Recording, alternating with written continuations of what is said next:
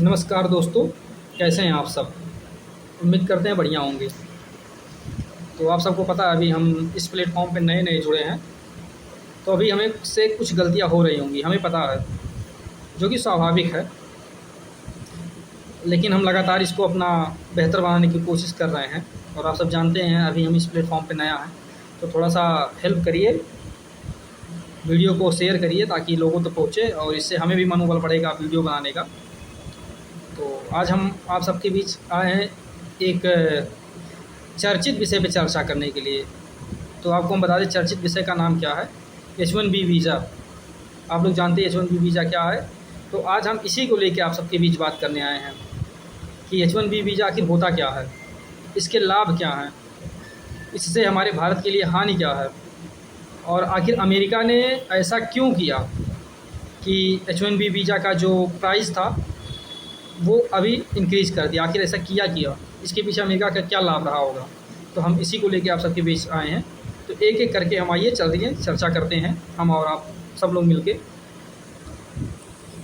तो जो H1B visa है, ये एक गैर प्रवासी वीज़ा है। अब आप पूछेंगे गैर प्रवासी क्या है?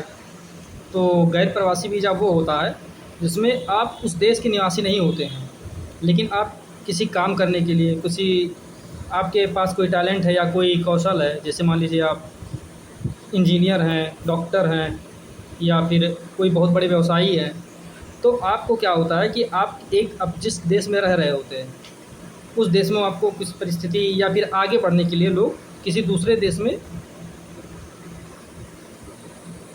अपना व्यवसाय करने या अपना नौकरी करने या कुछ भी करने के लिए वो वहाँ जाते हैं।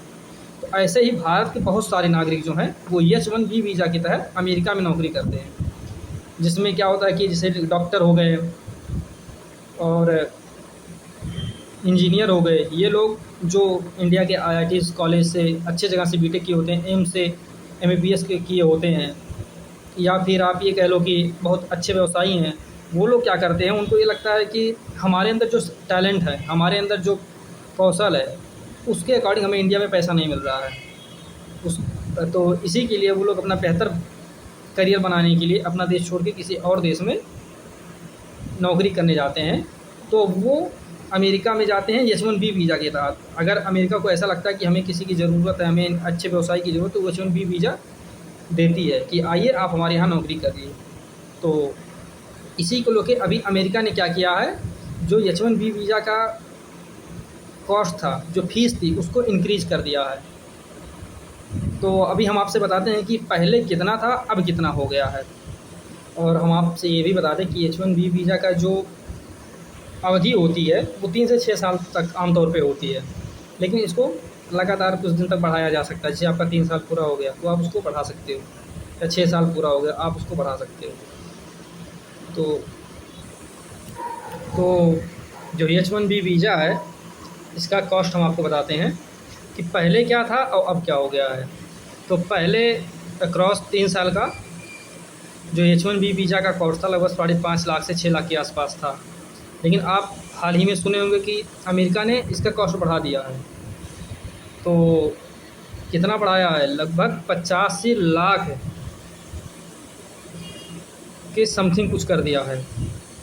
तो आप सोच रहे होंगे कि इससे मतलब इतना क्यों कर दिया? तो आपको पता होना चाहिए कि जो H1B वीज़ा है, तो H1B वीज़ा के थ्रू सबसे ज़्यादा जो काम करने जाते थे वो इंडिया से लोग जाते थे, इसके बाद चाइना से लोग जाते थे, लेकिन सबसे पहले इंडिया से, तो सबसे ज़्यादा लोग इंडिया से जाते थे। तो आपको पता होगा कि बीते दिनों में इंडिया और अमेरिका का रिश्ते में कुछ खटास रहा है। जैसे पहले टैरिफ का खेल हुआ, अभी भी टैरिफ इंडिया पे ज़्यादा ही चल रहा है। तो अमेरिका ने टैरिफ लाद दिया, अब कुछ ही दिन बीता, इसके बाद में अमेरिका ने ये रवैया अपना लिया कि H1B वीज़ा का कॉस्ट बढ़ा कर दो। तो इसके लिए इंडिया के लिए नेगेटिव भी हो सकता है, पॉजिटिव भी हो सकता है, दोनों चीज़ें हैं। अब हम लोग कैसे ले रहे हैं उसको, या हमारे देश की सरकार है उसको किस तरह से यूटिलाइज़ कर रही है, ये देखने की विषय है। तो आप सोचेंगे इससे अमेरिका का क्या फ़ायदा होगा। तो आपको पता होगा कि जब डोनाल्ड ट्रंप सरकार में आए थे तो उन्होंने एक चीज़ का नारा दिया था, America first, the great America. कि हमें फिर से द ग्रेट इन अमेरिका बनाना है। तो वो इसी पॉलिसी के थ्रू काम कर रहे हैं कि हमें ग्रेट बनाना है। तो इससे क्या होगा कि अब अगर इतना ज़्यादा कॉस्ट हो जाएगा 86 लाख रुपया, मतलब आप समझ लीजिए कि अगर किसी को भारत से अमेरिका में जॉब करने जाना है तो पहले जिस कंपनी में जाना चाहेंगे, मान लीजिए माइक्रोसॉफ्ट में जाना चाह रहे हैं, अमेज़ॉन में जाना चाह रहे हैं, या किसी हॉस्पिटल में, बड़े हॉस्पिटल में जाना चाह रहे हैं, तो उसकी जो उस कंपनी के जो मालिक हैं उनको पहले 86 लाख रुपया पेमेंट करना होगा वहाँ की सरकार को। फिर वो इंडिया के जो कर्मचारी हैं या फिर जो वर्कर हैं उनको वो बुला सकते हैं कि आओ काम करो। तो ये तो कॉस्टली हो जाएगा ना, तो वो क्या करेंगे, अवॉइड करेंगे इस चीज़ को कि हम इतना रुपया देकर क्यों बुलाएं। तो आप सोच रहे हैं कि इससे अमेरिका का तो नुकसान हो रहा है क्योंकि यहाँ से लोग कारीगर जाते थे। हाँ, ऐसा है, नुकसान तो होगा ही, लेकिन हो सकता है इसका फ़ायदा भी निकले, क्योंकि अमेरिका इसलिए ऐसा कर रहा कि वो कहता है कि अमेरिका फर्स्ट, मतलब कि हम सबसे पहले रोज़गार अमेरिकन कंट्री के जो लोग हैं, जो वहाँ के नागरिकता लिए हुए हैं या वहाँ के जो मूल निवासी, उनको देना चाहते हैं। जैसे जब दूसरे देश के लोग अमेरिका में जॉब करने जाते थे तो उससे ये होता था कि वहाँ का रोज़गार छिन जाता था वहाँ के लोगों के लिए। ऐसे आप समझ लीजिए कि आपका गाँव है, आपके गाँव में काम करने वालों की कैपेसिटी जितना वैकेंसी उसमें लगभग 100 लोगों का स्पेस खाली, अब बाहर से आके 70 लोग भर गए, वो स्पेस तो भर गया ना, फिर उस गांव वालों के लिए तो समस्या होगी। ऐसे ही वहाँ है। तो इसी के तहत अमेरिका के जो राष्ट्रपति हैं उन्होंने अपने देश को फर्स्ट प्रायोरिटी देते हुए ये चीज़ लगाया कि बाहर के लोग ना आ पाएँ। तो इससे इंडिया को लॉस तो देखना ही पड़ेगा, फ़ायदा भी हो सकता है अगर इंडिया की जो सरकार इसको अच्छे तरीके से यूटिलाइज़ करे तो हम लोग को बहुत ही फ़ायदा होगा। हम लोग हो सकता है एक बार फिर से विश्वगुरु बन जाएँ। तो इससे क्या अमेरिका के लोगों में आक्रोश नहीं आया है? आक्रोश तो फ़िलहाल नहीं आया है, क्योंकि वो लोग मतलब भाई पब्लिक में तो आक्रोश नहीं है, लेकिन हाँ, वहाँ की जो कंपनियाँ उनको तो लॉस होंगी ही, इस चीज़ का लॉस उनको देखना ही पड़ेगा। तो हम आपको बताते हैं इससे अमेरिका का फ़ायदा क्या है और इंडिया का क्या फ़ायदा, क्या नुकसान है। तो सबसे पहले तो ये समझ लीजिए कि अमेरिका का ये इससे फ़ायदा होगा कि वहाँ के लोगों को रोज़गार मिलेगा। दूसरा नुकसान भी वहाँ का लोग ये हो सकता है कि अगर इंडिया के श्रमिक वहाँ ना जाएँ तो वहाँ के श्रमिक महंगे हो सकते हैं, या वहाँ के कारोबार पे इफ़ेक्ट पड़ सकता है, यहाँ की कंपनियों पे असर पड़ सकता है, एक चीज़ नुकसान होगा।